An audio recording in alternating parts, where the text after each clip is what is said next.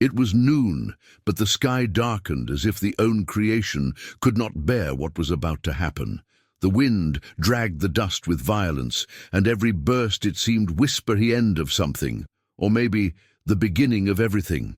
In the top of Golgotha, 3 crosses stood like wounds open on the land, but it was from the center that attracted all the looks, all the silences. There, suspended between the sky and the floor, hung Jesus of Nazareth. His body was covered in blood, his face disfigured by blows and the crown of thorns. His hands, pierced by nails, clung to the cross as if trying to hold the weight of a crumbling world. Roman soldiers played dice near their feet, ignoring the magnitude of the moment. The women they watched from afar, with the eyes filled with tears. The disciples, those who had walking beside him, were now hidden among the crowd, with a broken heart and the faith trembling. It was a day dark, but not only because of the absence of the sun. Something in the air, in the silence, in the stillness of the stones, announced that the entire universe was containing his breath. Every word that Jesus pronounced it seemed traverse dimensions. Father, forgive them, was not just a human plea, it was a heavenly command. And while his blood fell drop by drop, like a liquid pact between God and the humanity, the spiritual world was shaking. So when the veil of the temple was torn from top to bottom, the earth trembled, hearts broke. But what no one saw, nor the Pharisees, nor the soldiers, nor not even his followers, was that they were not alone. Because in that eternal moment, 2 beings of light were over there, not come to change the course of destiny, nor to prevent what should happen. Be fulfilled. They came to witness, to protect, to act in it, invisible. Michael, the prince of the armies celestials. Uriel, the guardian of the fire of God. His wings did not flutter the air, his presence did not cast rays, but they were there, standing between the sky and the cross, observing something that neither, not even the angels, could grasp altogether. And what they would do in the next few minutes would change forever the fate of a continent and the secret history of the redemption. While the Son of God was in agony on the cross, humanity was divided between those who cried and those who mocked. For the majority, that one man hanging in Golgotha was just another condemned man, one of many executed by Rome. But in the heavens, the story was very different. According to an ancient tradition of the Ethiopian Orthodox Church, one of the oldest and most mystical branches of Christianity, 2 powerful angels were present in that exact moment, Miguel and Uriel. It was not a symbolic vision or a theological metaphor. Tradition, he affirms it with clarity. They were physically, spiritually, really there, and not as curious spectators, but as heavenly envoys with a specific and divine mission. Miguel, the great protector, the one who defeated the dragon and cast out the demons from on high. In the scriptures is the defender of the people of God, the commander of the hosts heavenly. Where there is spiritual warfare, there he is. Uriel, the least known in West, but deeply revered in the East. His name means the light of God or the fire of God. In the apocryphal texts and esoteric traditions is what reveals the divine mysteries, the bearer of the trial and the true. And they did over there. While Jesus hung between life and death, they remained close, invisible to the human eye, but absolutely active in the spiritual world. Miguel, with his sword sheathed, he did not come to fight this time. He came to protect something that could not be seen, the holiness of the moment, the compliance of the eternal plan. Uriel, for his part, maintained an object that no human being will ever has touched. A chalice of pure light, created in his heart God's own. His purpose, to collect something more valuable than all the gold in the kingdoms, the blood of the Redeemer. Both were in a mission that had been announced before the creation, a mission that would cross continents, generations, and dimensions. But why is this story not widely known? Why is it spoken so little of these 2 heavenly witnesses? Perhaps because there are truths that are revealed only to those who seek with his heart on fire. Perhaps because some revelations are destined to remain hidden until the time correct. And maybe, just maybe, that time has arrived now. Because what Miguel and Uriel did after the death of Christ is one of the most sacred and forgotten stories of Christianity. A story that connects the blood of the Savior with an ancestral land and a town that still today he keeps that secret with devotion unbreakable. Throughout the sacred history, Michael is synonymous with action, justice, divine force.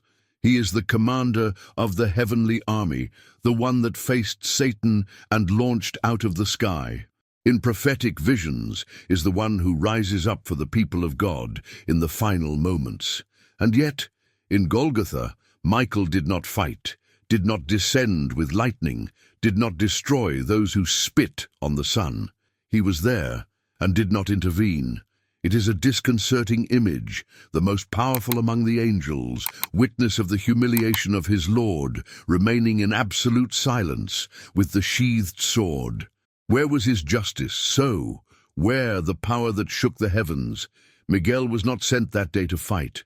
Your mission was more difficult, to see the Son being sacrificed and not act, because even for an angel as tall as he was, there was a line he must not cross. What was unfolding before his eyes, it was not a defeat, but the compliance of the eternal mystery of the redemption. In his heart was burning the indignation. Miguel could feel every blow, every wound, as if they were his. The one who had created the worlds were being crucified by clay creatures. And he, the protector, had to stay still. It wasn't weakness, it was obedience.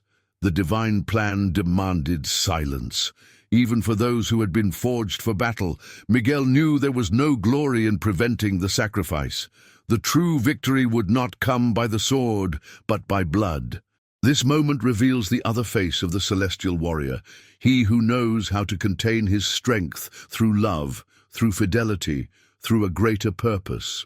And so, while Jesus spilled his last drop of life, Miguel remained close, not to attack, but to protect the sanctity of that moment, to guard it invisible. Many they think in Michael as a being of action, but his greatness is also in his ability to understand God's time. He didn't come to prevent the cross. He came to watch over its eternal significance, and although his wings were folded and his sword silent, his spirit burned like a fire that could not be put out. There is no bravest act than witnessing the pain of the innocent and not to deviate of divine purpose. Miguel teaches us that the true power doesn't always scream. Sometimes it just watches and waits, because the cross did not need to be defended. The cross was to be fulfilled. And while the blood fell to the ground, Miguel knew it was time for the next phase, because while he guarded, Uriel was preparing to act. It was not heard he flapping of their wings. There was no thunder, neither flashes. Uriel was there like a silent flame, burning in the border between the sky and the land. His presence was not one of combat, but of revelation. Among all the angels, Uriel is the one who carries the light of the divine knowledge. Not the light that blinds, but the light that reveals the hidden, which illuminates what the men do not want to or cannot see. And that one day in Golgotha, Uriel was holding something that no human being has ever seen, a chalice made of pure heavenly light. It was not gold nor glass, nor any known metal. It was a receptacle created beyond of the time, formed by the God's will to contain the most sacred thing ever would flow over the earth, the blood of the Redeemer. Uriel did not cry. His face was serene, but his eyes were burning with an understanding that no one angel, nor not even he, had fully achieved, was over there with a single mission, to capture every drop that flowed from the side of the Son of God, not as a symbolic gesture, but as a real, physical, spiritual task. It was the moment that had been announced since before the centuries, the promise made in Eden, the sacrifice early on every altar of the Old Testament, the hope of the prophets, now fulfilled in a blood-stained wood. And Uriel had to make sure that blood was not lost. But it wasn't just about picking her up. final destination would change the course of a people, of a land, of a faith whole. Uriel knew where to should carry that chalice. It was not to Rome. It was not to Jerusalem. It was not to the temple, which would soon be in ruins. Its destination was more distant, older, more unexpected, a land mentioned by the prophets. A nation that already there was outstretched his arms towards God when others still lived in darkness. The blood had to flow towards Ethiopia. Uriel was not just the collector, it was the guardian of that eternal light, the light that burns without consuming, the one that guides the wise, to the humble, to those who have ears to hear. While Jesus was dying, Uriel bent down. The chalice was brought close to the pierced side, blood began to flow, and the darling hole contained his breath for the second time, because in that moment the redemption began to spill over into the world. Then came the moment. One of the soldiers, seeing that Jesus already had expired, took a spear and nail in his side. It was a brutal gesture, almost routine for him, but what happened after that, it was uncommon. From the wound, blood and water gushed out. It was not a simple physical reaction, it was a spiritual manifestation, a sign for those who could understand.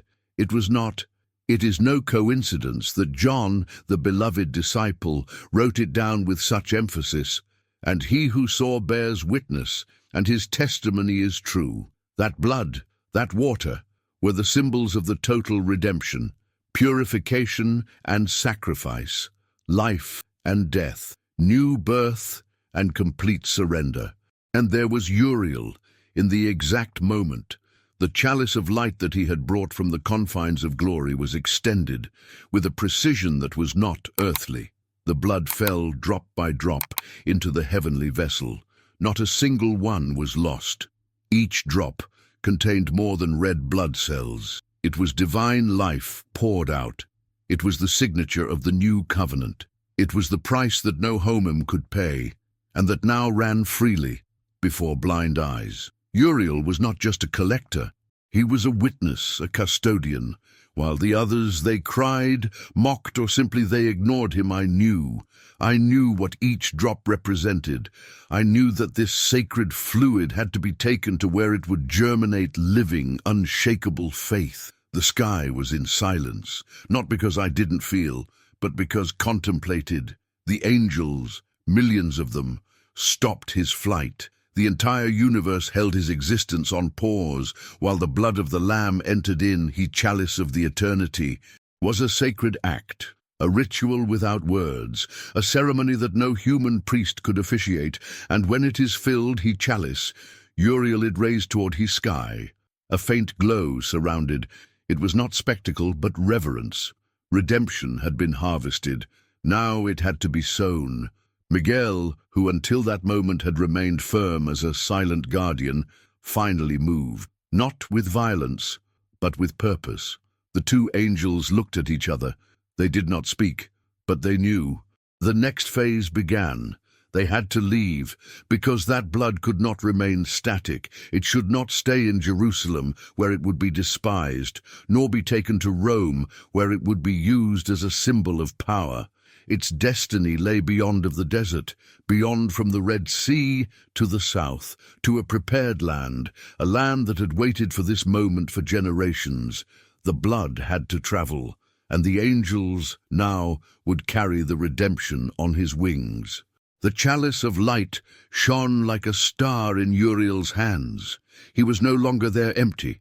It was full of the essence of the sacrifice, of the blood that was there sealed the eternal covenant between God and the humanity. And then they began the journey. Miguel and Uriel did not fly as they do the birds. Their wings did not displace air, but cut the veil between dimensions. They were silent lightning flashes across the spiritual firmament. No one in the land saw him leave. No one human eye could follow its trajectory, but they moved forward, driven not by speed but by purpose. The blood could not be deposited in anywhere. I couldn't touch a floor It had to be poured on a land that was spiritually connected with the God of Israel. And so They headed south. They flew over the desert, the rivers, mountains. They crossed borders invisible, cultures, centuries of spiritual history compressed into a single journey. Ethiopia, a name that for many is barely geography, but for the heaven is sacred territory, was where the Queen of Sheba sought the wisdom of Solomon. There, where a eunuch served by Reinha Candace was beaten by Felipe, becoming the first recorded African Christian. This is the second ancient tradition which is kept in the Arca da Aliança, sacred texts and ancient images, a land that did not reject the faith, a land that opened the arms to the cross before the empire it made, a land that already had prepared the heart to receive the divine. Uriel held his chalice with both hands. Miguel opened past with their imposing presence, pushing away darkness, demons, invisible obstacles. They carried no weapons. They carried something more feared by the forces of the darkness, the blood of the Lamb. The sky over Africa became clearer. The spiritual atmosphere intensified, for when the angels they will step on that ground, something would change forever. And then they arrived, a hill, a plain, a corner that seemed insignificant to the eyes of the world, but that the darling there was chosen as an altar. Uriel descended carefully. Miguel watched, vigilant, and in an act that did not need words, raised his chalice and began to pour, drop by drop. The land they absorbed with spiritual hunger. The ground drank every drop, as if recognized his origin, as if knowing that something eternal was happening. And so it was sown the redemption in Africa, not in a church, not in a marble temple, but in the living soil of a town that since that time day would take a mystery of the sacrifice in their collective soul.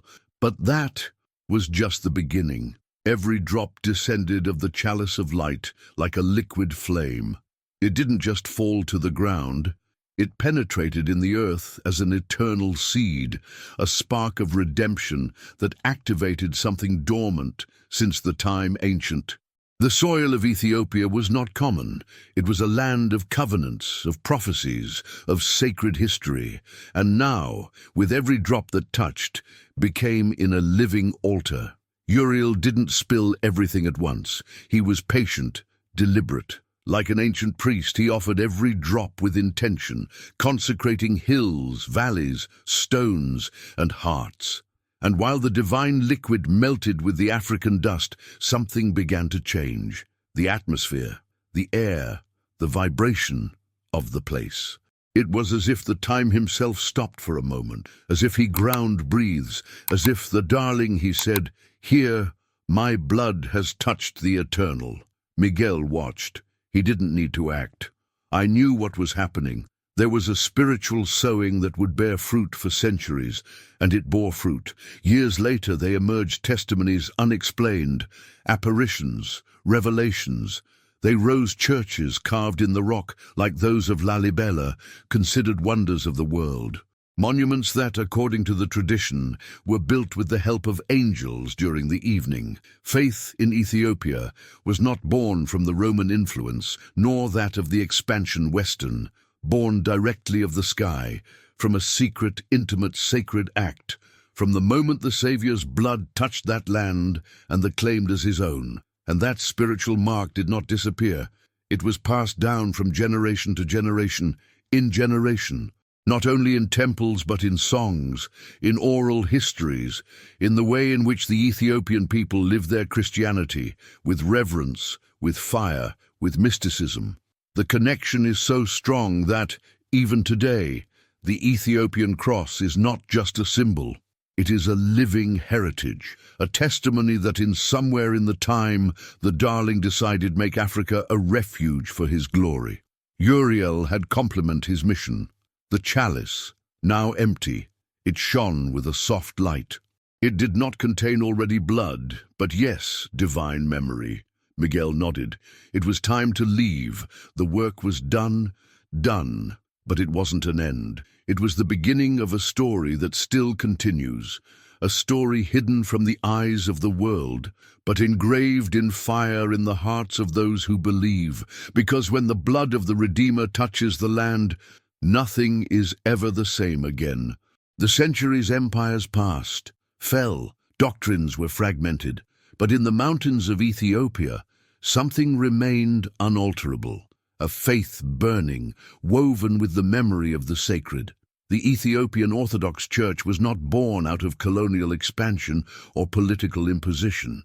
It was born of the heart of a people who literally felt the blood of the Savior in his floor. From the very beginning, his Christianity was different, not because of rebellion, but because of its origin. It was mystical, profound, and ancestral. It was not based on only in letters, but in visions, in symbols, in a spirituality that breathed through rituals, songs, and silence. The faithful did not worship an empty cross. They worshipped a living cross, a cross that had bled on their mountains, a cross that had been shed drop by heavenly hands. And so, each liturgy, each Eucharist, was more than a ritual act. It was a reconnection with that sacred moment in Golgotha and with that silent journey of Miguel and Uriel. It is said that, in some Ethiopian monasteries, the monks still feel the presence of those angels during the prayer, not as a metaphor, but as a constant spiritual reality. The churches excavated in the rocks like those of Lalibela are not just architectural works, they are echoes of a heavenly pact. It is said that they were built by humans, but completed by angels during the night. Why that supernatural help? Because that one floor already had been touched by the divine, already had been consecrated by the blood itself of the Redeemer. For centuries, Ethiopia resisted invasions, wars, religious isolation, and yet their church never disappeared. Because your faith was not there anchored in human structures, it was rooted in a spiritual truth transmitted by the darling. The figure of Uriel, so forgotten in West, is central in the Ethiopian devotion. Many temples are dedicated to him. His iconography at sample with a chalice in the hand, picking up the blood of Christ, and not as a "I remember," but as an act that still it happens, mystically and invisibly at every Mass. The blood is still alive. It has not dried up, because its power does not lie in his volume, but in his origin. Ethiopia, land of kings and prophets, of visions and miracles, keeps that secret like a treasure, not to hide it, but to preserve it from the corruption of the men. And while the modern world is distracted with noise, the Ethiopian church sings, prays, and remembers. Remember what happened that day. Remember who were over there. And remember that the redemption was not just an event. It was a mission, a sowing, and a living promise. For centuries, this story remained silently, whispered in Ethiopian monasteries, preserved in ancient manuscripts, celebrated in liturgies that few outside of Africa they know, but it was never meant to stay over there. Because the blood that was collected by Uriel does not belong to a nation. It belongs to the whole world. Every drop spilled in Golgotha was for every soul, of every time, of every corner of the land. And if Michael and Uriel undertook that journey towards Ethiopia, it was not to restrict the mystery. It was to preserve it, protect it from the distortion, save it until the world was ready to hear again. And now you are listening, maybe out of curiosity, maybe by chance, or maybe because there's something inside you that recognizes this truth, an echo in your spirit that whispers, "I was part of that too." History, because you were. You weren't over there physically, but your destiny was hanging on that cross. Your name, it was written in the wound in his side, and the same chalice that Uriel held includes you. This revelation is not an Ethiopian privilege. It is a spiritual key for anyone who has a heart open to receive. And if the darling chose that land for sowing physically the blood, today, choose your heart to sow it spiritually. Tradition tells us that this blood still speaks, not as a sound, but as an inner impulse, a call to return, to remember, to awaken. Perhaps the modern world no longer believes in angels. Perhaps you have buried the sacred under the noise of ego and consumption. But the message go on there, intact, waiting. Because it wasn't just for Ethiopia. It was for everyone who ever felt distant, unworthy, forgotten. Uriel did not collect blood for a museum. He collected it to pour it out, spiritually, into every soul willing to receive it. And are you willing to allow that light to touch your interior, to remember that there was a day in which the darling bled for love, and that love still seeks you? Miguel protected his mystery. Uriel it activated. The Ethiopian church saved. Now it's your turn to receive it. Imagine for a moment that Michael still watches, that Uriel still holds that chalice, not physical but eternal, waiting for someone to say, "Yes, I believe." Dave, what if all this wasn't just a story, ancient but a mission still active? What if that trip didn't end in Ethiopia but continues today, looking for you? For centuries, the darling has sent signals, not with thunder nor earthquakes, but with whispers, a dream you can't explain, a feeling that burns when you listen certain words, an unexpected tear when someone talks to you about the cross. It is no coincidence, because the redemption is not a frozen event time. It is a living stream, flowing from Golgotha to the heart of the one who believes, and you are being reached by her now same. The angels did not disappear. They remain, fulfilling missions. They are still looking for hearts willing, and every time someone stops to remember this mystery, they come closer. Miguel, with his protective presence, see if your soul is willing to enter into the battle of the faith. Uriel, with its burning light, wants to pour over you that blood, not literal but spiritual, that transforms, that cleanses, that awakens, because it's not enough to know. You have to respond, and you have something that no one else angel has, free will, the ability to decide, to say, "Yes, I want to be part of this," no matter how far you've been. It doesn't matter if you've doubted, if you have far away, if you have lived without grasp. The blood still flows. The mission is still alive, and the heavens await your reply. Maybe today was the right moment. Maybe this video, this story, this revelation was your calling.